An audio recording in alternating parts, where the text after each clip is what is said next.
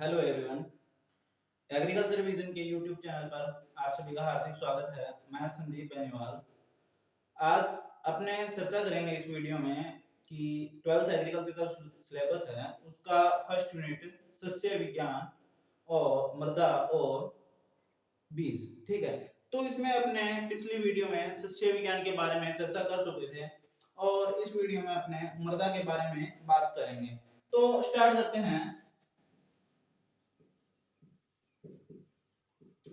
अध्याय 1 को। ठीक है, तो इसका नाम था सस्य विज्ञान। सस्य विज्ञान, मृदा एवं बीज। ठीक है, मतलब एग्रोनॉमी, सॉइल एंड सीड। ठीक है, इसमें अपने बात कर चुके थे, एग्रोनॉमी के बारे में अपने बात कर ली थी कि एग्रोनॉमी क्या होती है, एग्रोनॉमी क्यों आवश्यक है, इसके स्कोप क्या क्या है और इसका आगे क्या कार्य क्षेत्र है, इसका क्या उपयोगिता है, इन सब के बारे में अपने पिछली वीडियो में चर्चा कर ली थी। ठीक है, और अब अपने बात करते हैं सॉइल के बारे में या मृदा के बारे में। तो मृदा क्या होती है, मृदा या सॉइल। मृदा क्या होती है, ये एक प्राकृतिक पिंड होता है। ठीक है, ये क्या है कि फसलों को पोषक तत्व प्रदान करती है और फसलों को सहारा प्रदान करती है। देखिए, लिखते हैं अपने, मृदा एक प्राकृतिक पिंड है।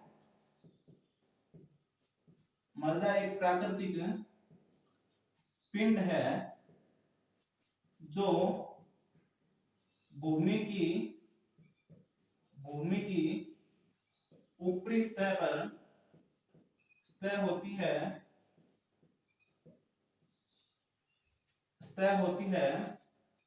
तथा फसलों को पोषक तत्व व सहारा प्रदान करती है। मतलब मृदा है वो भूमि की ऊपरी वाली सतह होती है और वह प्राकृतिक पिंड है। ठीक है, ये फसलों को पोषक तत्व प्रदान करती है और उनको खड़ा रहने के लिए सहारा प्रदान करती है। तो सबसे पहले अपने टॉपिक आता है इसमें मृदा में, मृदा उर्वरता और मृदा उत्पादकता। कौन सा आता है, मृदा उर्वरता और मृदा उत्पादकता। देखिए, सॉइल फर्टिलिटी एंड प्रोडक्टिविटी।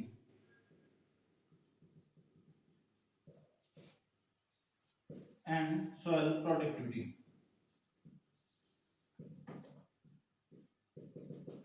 ठीक है। सॉइल फर्टिलिटी क्या होती है और सॉइल प्रोडक्टिविटी क्या होती है। सीधी सी परिभाषा बोलते हैं कि सॉइल फर्टिलिटी यानी मृदा उर्वरता क्या होती है और मृदा उत्पादकता क्या होती है। मृदा उर्वरता क्या होती है, मृदा उर्वरता मतलब कोई भी भूमि है उसके अंदर जो पोषक तत्व है उनकी जो मात्रा होती है, उनको पोषक तत्व पौधों तक पहुंचाने की जो कैपेसिटी मृदा की होती है उसको मृदा उर्वरता कहते हैं। और उत्पादकता किसे कहते हैं, एक निश्चित अनुपात में अपने जो भूमि है उसको पोषक तत्व देंगे और अपने अच्छी केयर करेंगे, उसके बाद में भूमि से कितना उत्पादन होता है, जैसे कितनी फसल उत्पादन होती है, उसको मृदा उत्पादकता कहते हैं। ठीक है, इनकी परिभाषा यदि आपको लिखनी हो तो लिखिए मृदा उर्वरता। सबसे पहले मृदा उर्वरता की परिभाषा लिखते हैं, उचित अनुपात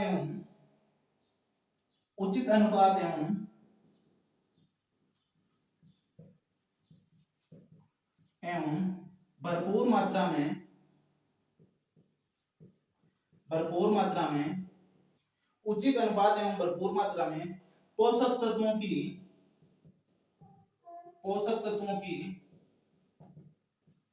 आनुवंशिक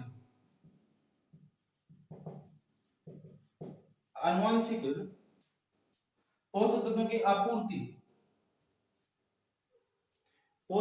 की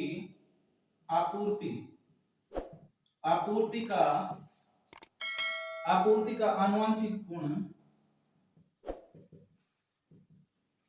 मतलब मृदा उर्वरता कहलाता है। क्या कहलाता है? मृदा उर्वरता। क्या क्या होता है मृदा उर्वरता? उचित अनुपात में देना चाहिए, भरपूर मात्रा में देना चाहिए। क्या देना चाहिए? पोषक तत्व देना चाहिए। उसका क्या आनुवंशिक गुण है वो मृदा में होना चाहिए, जो जिसमें होता है वो मृदा उर्वरता कहलाती है। ठीक है, अब आती है बात उत्पादकता की। मृदा उत्पादकता मतलब सोइल प्रोडक्टिविटी, मतलब मृदा से कितना उत्पादन होगा। ये मृदा ने इसको दे दिया उचित अनुपात में और भरपूर मात्रा में पोषक तत्व दे दिए। उसके बाद में जो अपने को प्रोडक्शन प्राप्त होता है, उत्पादन प्राप्त होता है या यील्ड प्राप्त होती है, ठीक है, उसको क्या कहते हैं? मृदा की उत्पादकता बोलते हैं। इसकी परिभाषा लिखेंगे, एक निश्चित प्रबंधन के तहत, एक निश्चित प्रबंधन के तहत मतलब अपने एक निश्चित प्रबंधन करेंगे, उसके बाद में मतलब प्रबंधन के तहत मृदा की फसल उत्पादन करने की क्षमता मृदा उर्वरता उत्पादकता कहलाती है। आपने इसमें लिखने की कोई जरूरत नहीं है, आपको इसकी पीडीएफ है जो टेलीग्राम चैनल पे भेज दी गई है, उसका लिंक जो हमारे वीडियो के डिस्क्रिप्शन में है, और वहां से आप जाके इस पीडीएफ को डाउनलोड कर सकते हैं, वहां आप नोट डाउन कर लेना। ठीक है, अब एक बात देखते हैं कि मृदा जो भी है वो उत्पादक कौन सी मृदा होगी। वो मृदाएं उत्पादक होगी जो उर्वर होगी, यानी कि जिनमें उर्वरक क्षमता है वही मृदा उत्पादक होगी। जिनमें उर्वरक क्षमता नहीं है, मतलब बंजर जो भूमि है, वो उत्पादक नहीं होगी। परंतु ये तो जरूरी है कि मृदा उत्पादन के लिए मृदा उर्वर होना जरूरी है, परंतु यह जरूरी नहीं है कि उर्वर मृदा हमेशा उत्पादक हो। कोई जरूरी नहीं है, क्योंकि अधिक बारिश, अधिक तापमान या कम बारिश, कम तापमान के कारण उत्पादन नहीं भी हो सकता है। ठीक है, वायुमंडलीय कंडीशन के कारण उत्पादन नहीं हो सकता है। इस वजह से हम कह सकते हैं कि जो मृदा उर्वर होती है फिर भी वह उत्पादक हो भी सकती है और नहीं भी हो सकती है, दोनों कंडीशन हो सकती है, परंतु उत्पादक मृदा हमेशा उर्वर मृदा होगी। उत्पादक मृदा है वो हमेशा उर्वर मृदा होगी। यदि उर्वर होगी तो ही उत्पादन होगा, नहीं तो उत्पादन नहीं होगा। ठीक है, अब बात करते हैं अपने नेक्स्ट टॉपिक, मृदा उर्वरता को प्रभावित करने वाले कारक। कुछ कारक ऐसे होते हैं जो मृदा उर्वरता को प्रभावित करते हैं। कौन कौन से कारक होते हैं वो अपने में चर्चा करेंगे। ठीक है, अब देखते हैं मृदा उर्वरता को प्रभावित करने वाले कारक, factor affecting of soil fertility, मतलब मृदा उर्वरता को प्रभावित करने वाले कारक। सबसे पहले कौन से कारक होते हैं? इसके दो भागों में बांटे जाते हैं, प्राकृतिक कारक, दूसरा इसको कौन से भाग में बांटते हैं? कृत्रिम कारक।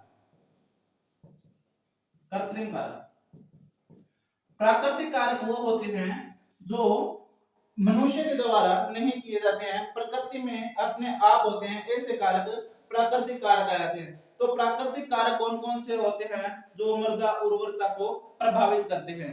जैसे सबसे पहले अपने बात करते हैं, एक नंबर पेत्रक पदार्थ।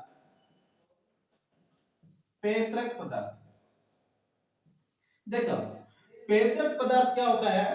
पेरेंट मटेरियल, यानी कि जिस मृदा से जिस भी किसी वस्तु से वह मृदा बनी है वो उसका पेत्रक पदार्थ होगा। किस वस्तु से वो मृदा बनी है वो उसका पेत्रक पदार्थ होगा। यदि पेत्रक पदार्थ अधिक उर्वर होगा, यानी कि जिससे मृदा बनी है वो पदार्थ ज्यादा उर्वर होगा, तो मृदाएं भी अधिक उर्वर होगी। और यदि पेत्रक पदार्थ कम उर्वर होगा या बंजर होगा, तो बनने वाली मृदाएं भी बंजर या कम उर्वर होगी। तो पेत्रक पदार्थ में क्या है? यदि पेत्रक पदार्थ पैतृक पदार्थ अधिक उर्वर होते हैं तो मृदा उर्वरता अधिक होगी। यदि ये कम उर्वर होते हैं तो ये भी कम होगा। जैसे जैसे अपने बात करते हैं अम्लीय जो चट्टाने हैं, अम्लीय चट्टाने हैं, अम्लीय चट्टाने, अम्लीय चट्टानों से क्या होती है, बालू मृदा का निर्माण होता है, यानी बलुई मृदा का निर्माण होता है। ये हमेशा कम उर्वर होती है, यानी कि अम्लीय चट्टानों से बनी हुई मृदाएं होती है वो कम उर्वर होती है। या क्षारीय या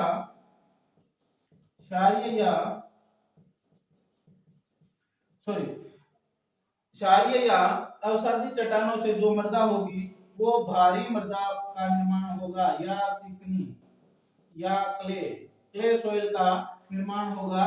वो क्या होती है, अधिक उर्वर होती है। बालू मृदाएं कम उर्वर होती है और ये जो है चिकनी या भारी मृदाएं ये अधिक उर्वर होती है। ठीक है, इस प्रकार से अपने पैतृक पदार्थ मृदा उर्वरता को प्रभावित करता है। समझ आ गया किस प्रकार से पैतृक पदार्थ मृदा उर्वरता को प्रभावित करता है। ठीक है, अब अपने देखते हैं 2 नंबर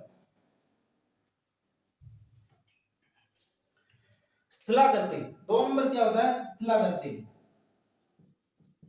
स्थलाकृति मतलब टोपोग्राफी, मतलब वहां की आकृति कैसी है, स्थान की आकृति कैसा है, ऊंचा नीचा है या समतल है, यह भी मृदा उर्वरता को प्रभावित करती है।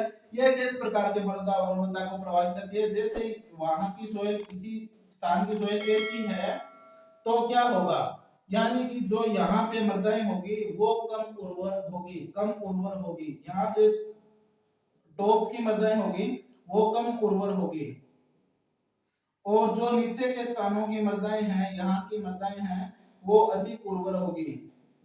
वो क्या होगी, अधिक उर्वर होगी। क्यों, क्योंकि जब वर्षा आती है या अपने सिंचाई करते हैं तो यहाँ की मृदाएं बहकर पोषक तत्व बहकर यहाँ निचले स्थानों पर आके जमा हो जाते हैं। तो यहाँ पे तो पहले से भी पोषक तत्व इसके बराबर थे और इस वाले यहाँ पे और आगे तो ये मृदा और भी अधिक उपजाऊ हो जाती है या उर्वर हो जाती है। ठीक है, इस प्रकार से स्थलाकृति भी ये एक फैक्टर अफेक्टिंग कारक है, फैक्टर है अफेक्टिंग करने वाला मृदा उर्वरता को। ठीक है, इसके बाद में अपने तीसरा बात करते हैं मृदा की आयु।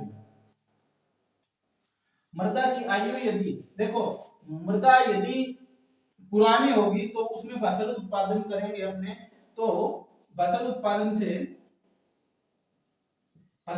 से क्या है कि मृदा की उर्वरक शक्ति या पोषक शक्ति कम होती है। अधिक फसल उत्पादन से मृदा की उर्वरता वो क्या होगी, कम होगी।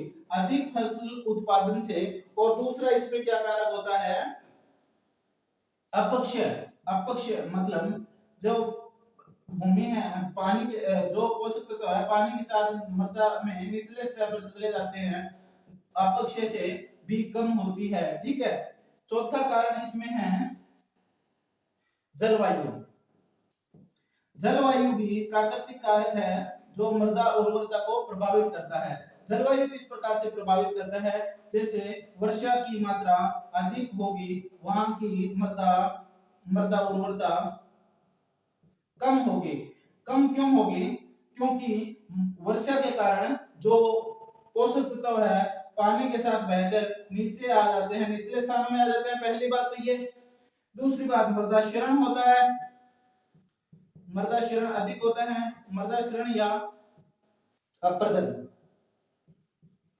मृदा क्षरण या अपरदन क्या होता है, पानी के साथ घुलकर मृदा के एक स्थान से दूसरे स्थान पर चले जाना, मृदा का एक स्थान से दूसरे स्थान पर चले जाना मृदा क्षरण या मृदा अपरदन कहलाता है। ठीक है, अब मृदा क्षरण जब ज्यादा होगा या मृदा अपरदन जब ज्यादा होगा तो क्या होगा, पोषक तत्व भी मृदा के साथ दूसरे स्थान पर चले जाते हैं, तो वहां की जो मृदा है वो अनउपजाऊ या कम उर्वर होती है। ठीक है, वर्षा अधिक होगी तो एक और क्या होगा, लीचिंग होगा, निक्षालन, जिसको निक्षालन बोलते हैं। निक्षालन किसे बोलते हैं, पोषक तत्वों का पानी के साथ बहकर नीचे चले जाना, पौधों की जड़ क्षेत्र से नीचे चले जाना क्या होता है? निक्षालन होता है। यानी कि जो पोषक तत्व है वो पानी के साथ घुलकर पौधों की जड़ क्षेत्र से नीचे चले जाते हैं, ये होता है निक्षालन। ठीक है। पांचवा कारक है, इसका पांचवा जो कारक है जलवायु के बाद मृदा प्रोफाइल की गहराई, मृदा प्रोफाइल की गहराई। अब देखिए मृदा प्रोफाइल क्या होती है। यदि अपने भूमि में इस प्रकार का गड्ढा खोदेंगे तो यहाँ पे अपने को विभिन्न संस्तर दिखाई देंगे, इसको सॉइल प्रोफाइल बोलते हैं, मृदा प्रोफाइल बोलते हैं, मृदा संस्तर बोलते हैं। ठीक है। तो इसकी जितनी गहराई होगी, मतलब जितना ऊंडा होगा गड्ढा, उतना ही क्या होगा, मृदा उर्वर ज्यादा होगी। क्यों ज्यादा होगी? माना कि यहाँ तक एक तो मृदा यहाँ तक है, ठीक है, एक मृदा यहाँ तक है, एक मृदा यहाँ तक है, इसके नीचे क्या है कि कंकड़ पत्थर है, इसके नीचे कंकड़ पत्थर है, यहाँ पे कंकड़ पत्थर है, यहाँ पे कंकड़ पत्थर है। ये जो पौधा है अपनी जड़ों को 5 सेंटीमीटर तक फैला सकता है, ये पौधा है अपनी जड़ों को 10 सेंटीमीटर तक फैला सकता है, और ये पौधा है वो 15 सेंटीमीटर तक जड़ों को फैला सकता है। तो कौन सी मृदा ज्यादा उर्वर होगी? जो ज्यादा गहराई पर जाएगी, जड़ें ज्यादा स्पेस मिलेगा उनको, तो ज्यादा जगह से वो पोषक तत्वों को इकट्ठा कर पाएगी और पौधों को जड़ों के द्वारा विकास अधिक होगा, जड़ें ज्यादा फैल पाएगी तो पौधे का विकास अधिक होगा। इसलिए मृदा प्रोफाइल की गहराई जितनी अधिक होगी, गहराई अधिक होगी तो उर्वरता अधिक होगी। यदि गहराई कम होगी तो उर्वरता कम होगी। इन सभी की पीडीएफ आपको टेलीग्राम चैनल पे मिल जाएगी, टेलीग्राम का लिंक वीडियो के डिस्क्रिप्शन में दिया हुआ है। ठीक है। अब अपने 5 कारक इसके देख लिए, अब छठा कारक देखते हैं। मृदा प्रोफाइल की गहराई तक आपने देख लिया था। मृदा की भौतिक स्थिति, छठा कारक क्या है? मृदा की भौतिक स्थिति, मतलब वो बाहर से दिखने में अपने को कैसी लगती है, ये होती है भौतिक स्थिति। मृदा की संरचना क्या है और इस प्रकार की स्थिति होती है, वो भौतिक स्थिति कहलाती है। भौतिक स्थिति यदि मृदा की अच्छी होगी, संरचना अच्छी होगी, मृदा के पार्टिकल्स है जो कण है वो छोटे छोटे होंगे, तो मृदा उर्वरता ज्यादा होगी। जैसे ब्लूई मृदा कम उर्वर होगी, उर्वर क्या होगी? कम होगी। और क्ले या चिकनी मृदा होगी, वो क्या होगी? उर्वर अधिक होगी। क्ले या चिकनी मृदा है वो उर्वर अधिक होगी। इसके बाद में अपने बात करते हैं 7वां पॉइंट, मृदा अपर्दन। कौन सा? मृदा अपर्दन। मृदा अपर्दन क्या होता है आपको बताया था। मृदा अपर्दन या मृदा क्षरण, मृदा के कणों का एक स्थान से दूसरे स्थान पर वायु या जल के द्वारा चले जाना, वायु के साथ उड़कर चले जाना या जल के साथ बहकर चले जाना, मृदा का कणों का मृदा अपर्दन कहलाता है। तो यदि मृदा अपर्दन ज्यादा होगा तो जो उर्वर मृदाएं होगी वो एक स्थान से दूसरे स्थान पे चली जाएगी, उड़कर चली जाएगी, तो वहां की मृदा उर्वरता, ये मृदा अपर्दन यदि ज्यादा होगा तो मृदा उर्वरता कम होगी, यदि मृदा अपर्दन नहीं होगा तो मृदा उर्वर होगी। ठीक है। अब अपने इसका बात करते हैं आगे, मृदा में उपस्थित पोषक तत्वों की मात्रा। अंतिम पॉइंट है मृदा में उपस्थित पोषक तत्वों की मात्रा। ठीक है। मृदा में उपस्थित पोषक तत्वों की मात्रा, यदि मृदा में उपस्थित पोषक तत्व है ज्यादा होंगे तो मृदा उर्वरता ज्यादा होगी, ऑटोमेटिक ज्यादा होगी, क्योंकि उसमें पोषक तत्व ज्यादा है तो उर्वर ज्यादा होगी। यदि पोषक तत्वों की मात्रा कम होगी तो मृदा उर्वरक कम होगी। अब देखते हैं कृत्रिम कारक। एक पॉइंट पढ़ दिया था आपने प्राकृतिक कारक, इसके बाद में अपने पढ़ते हैं कृत्रिम कारक। मृदा उर्वरता को प्रभावित करने वाले कौन कौन से ऐसे कारक कृत्रिम कारक हैं जो मनुष्य के द्वारा किए जाते हैं, वो कृत्रिम कारक कहलाते हैं। ऐसे कौन कौन से कारक है जिसकी वजह से मृदा उर्वरता प्रभावित होती है? चलिए देखते हैं। बी पॉइंट, कृत्रिम कारक। ठीक है, कृत्रिम कारक कौन कौन से होते हैं? सबसे पहले होती है जलाक्रांति, यानी कि जलाक्रांति क्या होती है? वाटर लॉगिंग होती है। जलाक्रांति क्या होती है? यदि पौधों को या भूमि को, पौधों को नहीं सॉरी, भूमि को पानी से भर दिया जाएगा तो क्या होगा? मैंने आपको बताया था कि निक्षालन हो जाएगा। जैसे अधिक वर्षा होता है, अधिक वर्षा से भी पानी भरता है, परंतु वो प्राकृतिक कारक है। वर्षा होना प्राकृतिक कारक है, धक्के से जल से भर देना वो कृत्रिम कारक है। कृत्रिम कारक में जलाक्रांति है। यदि जलाक्रांति भूमि को पानी से भर देने पर उसमें उर्वरता है वो कम होगी। क्यों होगी कम? क्योंकि उसमें निक्षालन हो जाएगा। मतलब पानी अधिक होगा तो वो नीचे जाएगा, पानी भूमि में सोखता है तो उसके साथ क्या है कि पोषक तत्व भी घुलकर उसमें नीचे चले जाते हैं। इसको क्या बोलते हैं? निक्षालन बोलते हैं या लीचिंग। ठीक है, इसको क्या बोलते हैं? निक्षालन या लीचिंग बोला जाता है। तो इससे क्या होता है कि वो जो पोषक तत्व है वो नीचे चले जाता है और मृदा की उर्वरता कम हो जाती है। दूसरा इसमें बात करते हैं फसल की प्रणाली।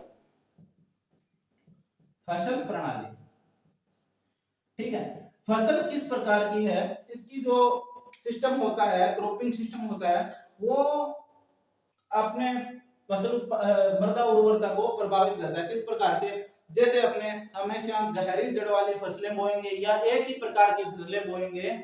जैसे अपने मान लो हर टाइम ज्वार ही ज्वार बोएंगे तो ज्वार को जो पोषक तत्व चाहिए वो मृदा से वो खींच लेगा और मृदा में उस पोषक तत्व की कमी हो जाएगी। इस प्रकार अपने को इसका सुधार करने के लिए फसल चक्र अपनाना चाहिए। बदल बदल के फसलों को बोना चाहिए। कभी दलहनी फसल, कभी तिलहनी फसल, कभी गहरी जड़ वाली, कभी ऊपर की जड़ वाली, ये अपने इसमें कारक पड़ेंगे। ठीक है, तो फसल की जो प्रणाली होती है, फसल की प्रकृति होती है पोषक तत्व लेने की, वो इसको कृत्रिम रूप से मृदा उर्वरता को प्रभावित करता है। फिर होता है मृदा तापमान। मृदा तापमान, मृदा तापमान क्या होता है? मृदा में जो भी सूक्ष्म जीव पाए जाते हैं उनकी जो सबसे अधिक क्रियाशीलता होती है वो 25 से 30 डिग्री या 30-35 डिग्री तापमान पर होती है। सबसे ज्यादा जो क्रियाशीलता होती है उसकी 25 से 30 डिग्री तापमान पर मृदा में जो सूक्ष्म जीव होते हैं उनकी क्रियाशीलता होती है। यदि मृदा का तापमान अधिक हो जाता है तो वो सूक्ष्म जीव अपना कार्य करना बंद कर देते हैं, यदि कम हो जाता है तो वो कार्य करना बंद कर देते हैं। अधिक तापमान होने के कारण मृदा जो सूक्ष्म जीव है वो मर जाते हैं, जिससे मृदा की उर्वरक शक्ति कम होती है। मृदा में सूक्ष्म जीव होते हैं जो पोषक तत्वों का या उर्वरता का निर्माण करते हैं और अधिक तापमान के कारण वो मर जाएंगे, जिससे मृदा में उर्वरकों या पोषक तत्वों की मात्रा का निर्माण नहीं होगा। इसके बाद में अपने देखते हैं नेक्स्ट कारक मृदा पीएच। मृदा पीएच, मृदा का पीएच मान कितना है इस पे भी डिपेंड करते हैं। मृदा में जो उपस्थित सूक्ष्म जीव होते हैं जैसे कवक, शैवाल व एक्टिनोमाइसीटीज, तो वो क्या करते हैं? शैवाल और जो मृदा में मृदा वायु की मात्रा को बढ़ाते हैं। ठीक है, बड़े स्पेस पैदा करते हैं और वायु की मात्रा बढ़ती है। इसके बाद में कवक और एक्टिनोमाइसीटीज है, वो जो जटिल कार्बनिक पदार्थ होते हैं उनको सरल कार्बनिक पदार्थ में तोड़ते हैं, जिससे पोषक तत्वों का निर्माण होता है और वो फसलों को प्राप्त होता है। यदि पीएच मान स्थिर होगा, सही होगा, उनके लिए सुटेबल होगा तो वह नाइट्रोजन फिक्सेशन या अन्य क्रियाएं जो करेंगे वो करेंगे। नहीं तो सूक्ष्म जीव सही पीएच मान नहीं होने की स्थिति में वह मृदा ये जो है पोषक तत्वों का निर्माण वह नहीं करेंगे। ठीक है, इसके बाद में मृदा में कार्बनिक पदार्थ की मात्रा 5 नंबर, मृदा में कार्बनिक पदार्थ की, यदि मृदा में कार्बनिक पदार्थ की मात्रा अधिक होती है तो मृदा अधिक उर्वरक होती है, क्योंकि कार्बनिक पदार्थों के सड़ने से पौधों को पोषक तत्व प्रदान होते हैं। क्या समझे? यदि मात्रा जो है कार्बनिक पदार्थ की वो मृदा उर्वरता को कृत्रिम रूप से प्रभावित करती है। वो किस प्रकार से? यदि मृदा में कार्बनिक पदार्थों की मात्रा कार्बनिक पदार्थ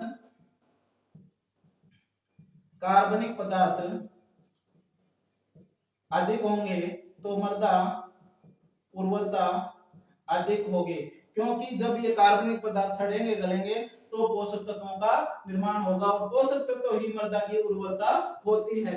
लास्ट अपने है मृदा जुताई का ढंग व समय। ठीक है, छठा अपने लिखते हैं मृदा जुताई का ढंग व समय। यदि अपने समय पर सही जुताई करेंगे और सही ढंग से करेंगे तो मृदा की उत्पादकता उर्वरता अधिक होगी। जैसे हर 3 साल में अपने को ग्रीष्मकालीन ऋतु में रबी की फसलों की कटाई के बाद में गहरी जुताई करनी चाहिए, जिससे नीचे की जो हार्ड सॉइल होती है, कठोर परत होती है, वो टूट जाती है और उसमें पानी का संग्रहण अच्छा होता है तथा जो मृदा के पोर स्पेस है, जो सूक्ष्म रंध्र है, मैक्रो बड़े रंध्र होते हैं जो मृदा में रंध्र पाए जाते हैं जिनमें वायु पाई जाती है, तो उनमें वायु का संचारण अच्छे से होता है और उसमें सूक्ष्म जीव अच्छे से काम करेंगे। ठीक है, इस प्रकार से मृदा जुताई करने का ढंग वह मृदा की जो होती है ढंग और समय भी डिपेंड करता है कि अपने कभी कब जुताई कर रहे हैं कब नहीं कर रहे, वो भी मृदा उर्वरता को प्रभावित करती है। ठीक है, नेक्स्ट अपने बात करते हैं मृदा उत्पादकता। मृदा उर्वरता की अपने बात कर ली कि मृदा उर्वरता क्या होता है, किस प्रकार से इसको प्रभावित किया जाता है। मृदा उत्पादकता की बात करते हैं तो मृदा उत्पादकता मैंने आपको परिभाषा बता दी थी कि मृदा उत्पादकता क्या होती है। भूमि की फसल उत्पादन की जो क्षमता होती है वह मृदा उत्पादकता होती है। ठीक है, अब अपने मृदा उत्पादकता को प्रभावित करने वाले कारकों के बारे में चर्चा करेंगे। देखिए, मृदा उत्पादकता को प्रभावित करने वाले कारक। मृदा उर्वरता के बारे में हमने चर्चा कर ली थी, अब मृदा उत्पादकता के बारे में चर्चा करते हैं। तो सबसे पहले क्या होता है मृदा उर्वरता।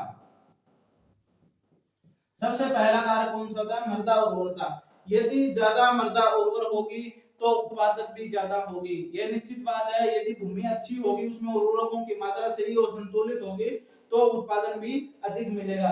तो यहाँ पे लिख लेते हैं उर्वरता अधिक होगी, ये अधिक का निशान है, तो उत्पादकता भी अधिक होगी। यदि ये कम होगी तो उत्पादकता भी कम होगी। ठीक है, सेकंड बात करते हैं मृदा की भौतिक दशा। मृदा की भौतिक दशा पर भी निर्भर करता है। 2 नंबर में मृदा की भौतिक दशा। मृदा की भौतिक दशा में मृदा की उर्वरता कैसे निर्भर करती है? जैसे बलुई मृदा है, बलुई मृदा में पोषक तत्व कम होते हैं। जल धारण क्षमता, मतलब उसमें जल धारण की क्षमता होती है वो भी कम होती है। मतलब जल धारण क्षमता क्या होती है? उसमें जल पौधों में भूमि में नमी को बनाए रखने की क्षमता जो होती है, जो जल धारण क्षमता कहलाती है, यह यदि कम होगी तो क्या होगा? उत्पादन भी कम होगा। मतलब बलुई मृदा में उत्पादन कम होता है। यहाँ पे यदि क्ले मृदा की बात करें, क्ले मृदा में पोषक तत्व भी ज्यादा मात्रा में होते हैं, ये तो अपने बात ऊपर कर ली। उर्वरता ज्यादा होनी चाहिए और जल धारण क्षमता भी ज्यादा होती है। जल धारण क्षमता तो मृदा पोषक तत्वों के साथ साथ जल धारण क्षमता भी अच्छी होनी चाहिए, जिससे उत्पादन क्या होगा? उत्पादकता क्या होगी? अधिक होगी। ठीक है, इसके बाद में अपने बात करते हैं उत्पाद की मांग। 3 नंबर होता है उत्पाद की मांग। देखो, जितनी ज्यादा पदार्थ की जो अपने उत्पादन कर रहे हैं उसकी जितनी ज्यादा मांग होगी उतना ज्यादा अपने को मूल्य मिलेगा। जैसे अब प्याज का क्या होता है कि कई बार सीजन में 100 रुपए हो जाते हैं। ऑफ सीजन में जब प्याज की रुत नहीं होती है, ऋतु नहीं होती है, उस सीजन में क्या होता है कि प्याज की मांग अधिक होती है, जिससे और प्याज का उत्पादन कम होता है या होता ही नहीं उस टाइम, तो प्याज के रेट बहुत ज्यादा हो जाते हैं। तो उत्पादन की मांग ज्यादा होगी। मांग यदि ज्यादा होगी तो उत्पादन मतलब रेट अपने को ज्यादा मिलेगा। ठीक है, रेट अपने को क्या मिलेगा? ज्यादा मिलेगा। यदि उत्पादन की मांग कम होती है, तो जैसे टमाटर है या प्याज है, जब उसका सीजन आता है, जब उसकी हार्वेस्टिंग होती है, जब उसको बेचा जाता है मार्केट में, तब उसकी मांग होती है वो कम होती है और उत्पादन बम्पर होता है, बहुत ज्यादा उत्पादन होता है, इसलिए उसको कम भाव में खरीदा जाता है। जब मांग कम होगी तो उत्पादन का रेट भी अपने को कम मिलेगा। ठीक है, इसके बाद में अपने पास ये जो चौथा तरीका है अपना मृदा की स्थिति। देखो, भूमि की स्थिति या मृदा की स्थिति, भूमि की स्थिति, भूमि की स्थिति, भूमि की स्थिति कैसी होगी? जैसे भूमि यदि बाजार के नजदीक है तो भूमि महंगी होगी और उसका जो उसमें प्रोटेक्शन करेंगे वो चीजें भी अपनी महंगी बिकेगी, क्योंकि उसमें ट्रांसपोर्ट का जो चार्ज है खेत से बाजार तक लेके जाने का, वो चार्ज अपना कम लगता है, भूमि का रेट भी अधिक होता है, इसलिए जो भूमि बाजार के नजदीक होगी वो महंगी होगी। ठीक है, और इसके बाद में अपने बात करते हैं मृदा उर्वरता और मृदा उत्पादकता में क्या क्या अंतर है। आपको समझ में आ गया होगा कि मृदा उर्वरता और मृदा उत्पादकता में अंतर क्या क्या है। अब अपने इन दोनों के अंतर की बात कर लेते हैं।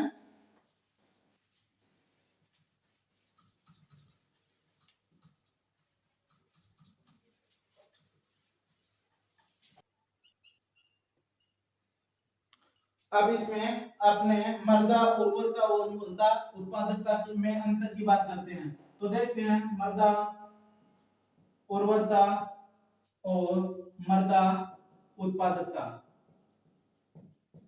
ठीक है, तो मृदा उर्वरता और मृदा उत्पादकता में क्या अंतर होता है? सबसे पहले देखो, मृदा उर्वरता की बात करते हैं। तो मृदा उर्वरता क्या होती है? पौधों के साथ पौधों को, इसकी परिभाषा देखते हैं, पौधों को पोषक तत्वों उपलब्ध उपलब्ध कराने की क्षमता, कराने की क्षमता। ठीक है, ये क्या होती है? मृदा उर्वरता होती है। मृदा उत्पादक का क्या होता है? प्रति इकाई भूमि द्वारा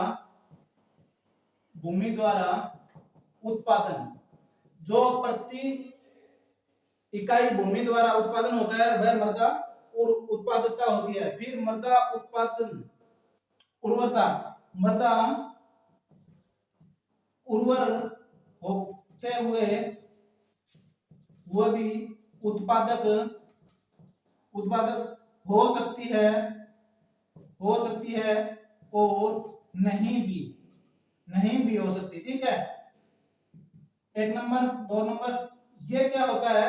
यदि यदि मृदा मृदा उत्पादक है तो आवश्यक आवश्यक रूप से मृदा उर्वर होगी।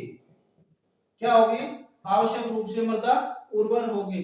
अपने तीसरे पॉइंट की बात करते हैं। इसकी जांच है, जो इसकी जांच है प्रयोगशाला में की जाती है, यानी कि मृदा में कौन कौन से पोषक तत्व विद्यमान है या उपस्थित है, इसकी जांच है वो प्रयोगशाला में की जाएगी।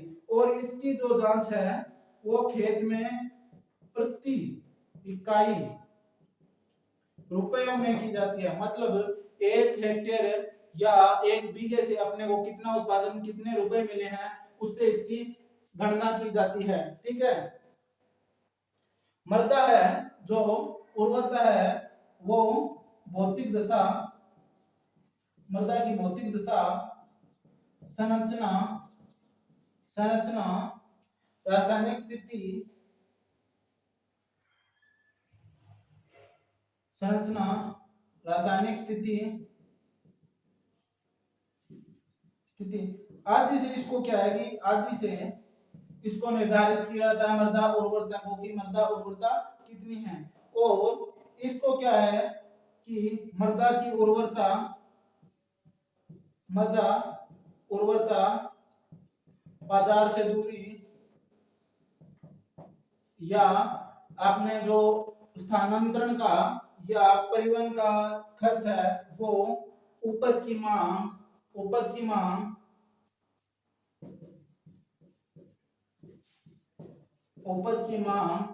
पर वह फसल उत्पादन उत्पादन पर निर्धारित करता है। मतलब मृदा उर्वरता कितनी है, मृदा उर्वरता अधिक होगी, उत्पादन अधिक होगा, बाजार से दूरी कम होगी तो ज्यादा रेट मिलेगा, उपज की मांग अधिक होगी तो अधिक रेट मिलेगा अपने को, फसल उत्पादन अधिक होगा तो अधिक रेट मिलेगा। यहाँ भौतिक दशा खराब होगी तो मृदा उर्वरता कम होगी, ये इस पर निर्भर करता है। ठीक है, ये थे इसमें अंतर।